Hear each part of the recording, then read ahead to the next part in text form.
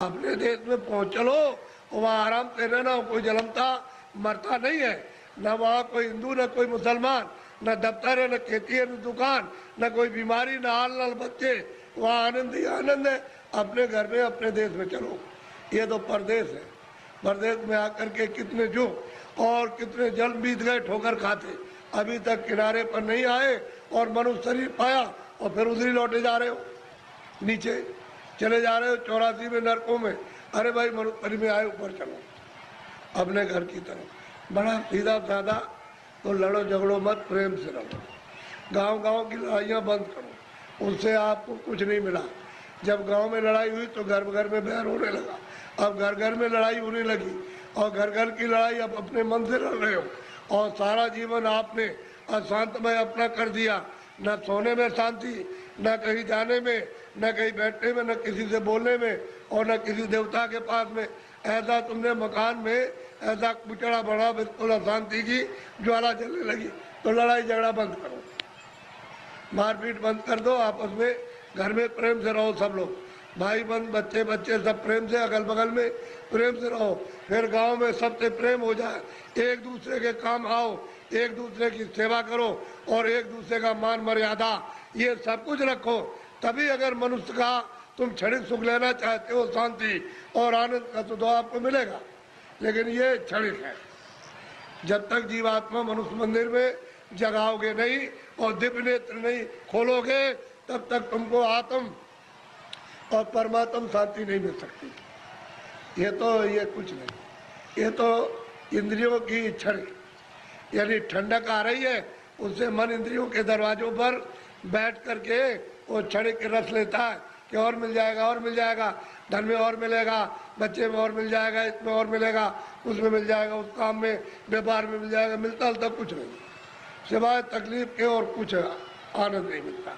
और आपने सब प्रयास किस लिए किया? सुख मिले हमको, शांति मिले हमको, आनंद मिले, और उसमें से इतना सब कुछ करने के बाद न शांति मिली, न सुख मिला, न आनंद मिला, न ज्ञान मिला और आग जलने लगी।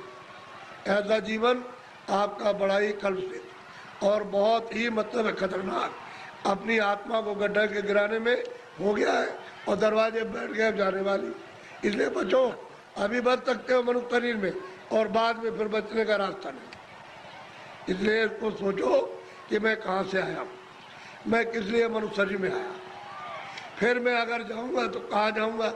ये तीनों प्रश्न तुम किसी से करने लगो और जो इसका जानकार होगा कि तुम वहाँ से आए हो, इसलिए आए हो और तुम कहाँ जा रहे हो, ये तीनों चीज़ें आपकी बता देगा। तब आपकी समस्या का, बुद्धि का असल में सच्चा विवेक तब आएगा और तब समझोगे आप। वो बताएगा देखो ये कुछ नहीं है, ये कुछ नहीं है, तुम कहाँ से है बताएगा, वहाँ सब कुछ है, यहाँ से वहाँ चलो, वहाँ सब धन है, सब सुख है, सब आनंद है, सब शक्ति है, सब ज्ञान है और सब सुंदरता है, अमृत वहाँ भरा हुआ, सागर भरा, सब बताएगा आपको। लेकिन जब नहीं मिलेगा कोई तो जीवन चला जाएगा बेकार, व्यर्थ खो दिया आपने ये जवानी और सुमन शरीर।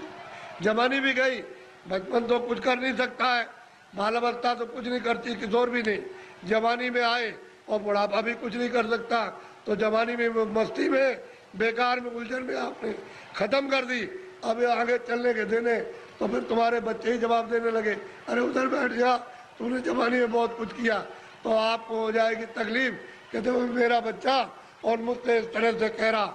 अब वो जवानी का उस पर जोम चढ़ा है, तुम पर बुढ़ापा आके अलग कर देगा, चुपचाप बैठे रहो। घर में जो बहुएं आएगी, तुमको रोटी समय से दी और नहीं दी तो शाम को देगी, कभी शाम को नहीं तो सुबह देगी। अब तुम उड़ोगे उसमें कि हमने इतना पालन पोषण किया और ये बच्चे हमारी बात और बहुएं नहीं मानती है। एक दुख ये, एक दुख बचपन में कि रोते बिताया आपने और फिर भी दवा कुछ और मर्ज कुछ है, पीड़ा कुछ हो रही है, वो दवा पेट की और पेट में दर्द है तो सिर की दवा और बच्चा रो रहा हाय हाय करता। एक तो आपने वो बिता दिया और एक आपने जवानी, ये आपने उलझन में, और बुढ़ापा आ गया तो रो करके चले जाओ तो कोई काम नहीं आया। न जवानी काम आई, न बाल में, न आप बुढ़ापे में काम आए। तो जीवात्मा का काम तो आपने कुछ नहीं किया, ये इंद्रियों का काम किया। और इंद्रिया क्या है, जीर्ण हो गई, पुरानी हो गई। आँख नहीं काम करती है और कान नहीं काम करते हैं, मुँह नहीं काम करता अब रो रहे हो, चिल्ला रहे हो, तो ऐसा मत करो। प्रेम के साथ सब लोग रहो और ये समझो हम किस लिए आए। ये यहाँ काम के लिए नहीं, तुम्हारा काम प्रभु को पाने का, कि हम अपनी जिंदगी में उस रास्ते में चल के प्रभु को पाए। असली काम तो तुम्हारा ये था, और उसको छोड़ करके आप इस झगड़े में फंस गए। चलो इसको इकट्ठा किया जाए और इससे सब मिल जाएगा। क्या मिला आपको? जिनके पास वो रो रहे, जिनके पास करोड़ों, जिनके पास अरबों, वो रो रहे, चिल्ला रहे और कहते हैं कि हमको दवा हमको दे दी। अरे भाई, उससे तुमको सुख मिलता, आनंद मिलता तो क्यों नहीं ले लिया? अरे वहाँ कुछ नहीं है। अब आप उधर जा रहे हो तो आपको क्या मिलेगा? ना आपको ना उनको, किसी को कुछ नहीं। दिन में काम करते हैं, शाम को बच्चों की सेवा अपना फर्ज अदा करते, और उसके बाद बैठ करके थोड़ा भजन करते मनुष्य मंदिर में, तो ये जीवात्मा सच्चे धन को प्राप्त करती। सच्चा जन मिलेगा नहीं, इसका कल्याण होगा नहीं, जीवन ऐसे ही चला जाएगा। तो मैं तो इसलिए चलाया कि हमारे गांव वासियों ने बहुत ही लोगों से कहा कि बाबा जी को ले आओ जरा, मैं दर्शन करूंगा। तो मैंने भी कहा चलो मैं भी दर्शन करूंगा। मेरी भी तो इच्छा दर्शन करने की है। अगर आपकी इच्छा हुई है दर्शन करने की, तो मेरी भी आपके दर्शन करने की इच्छा हुई। तो आदान प्रदान का दर्शन, दर्शन देना और दर्शन करना, इसी के बीच में, अरस परस के बीच में अगर कोई चीज मिल जाए तो उसको ले लेना चाहिए। कि भाई किसी के पास अमोलक चीज है और मिलती है जो सोने चांदी से बहुमूल है, वो अगर उससे मिल जाए तो आपको ले लेना चाहिए। इसी को कहते दर्शन पर्सन, दर्शन पर्सन। तो आप देखने आए हमको और हम आपको देखने आए, इसी के बीच में कुछ मिले तो ले लेना चाहिए। और ये नहीं लेगा तुम्हारा दुर्भाग्य। ऐसे ही खाली चले जाओगे, इधर कुछ नहीं, खाली जाओगे कुछ नहीं। किराए का मकान ये खाली होगा, मेरा भी खाली होने वाला, बहुत तुम लोग, मेरा भी मकान खाली होने वाला। अरे ये खाली होने वाला, ये मेरा मकान नहीं है।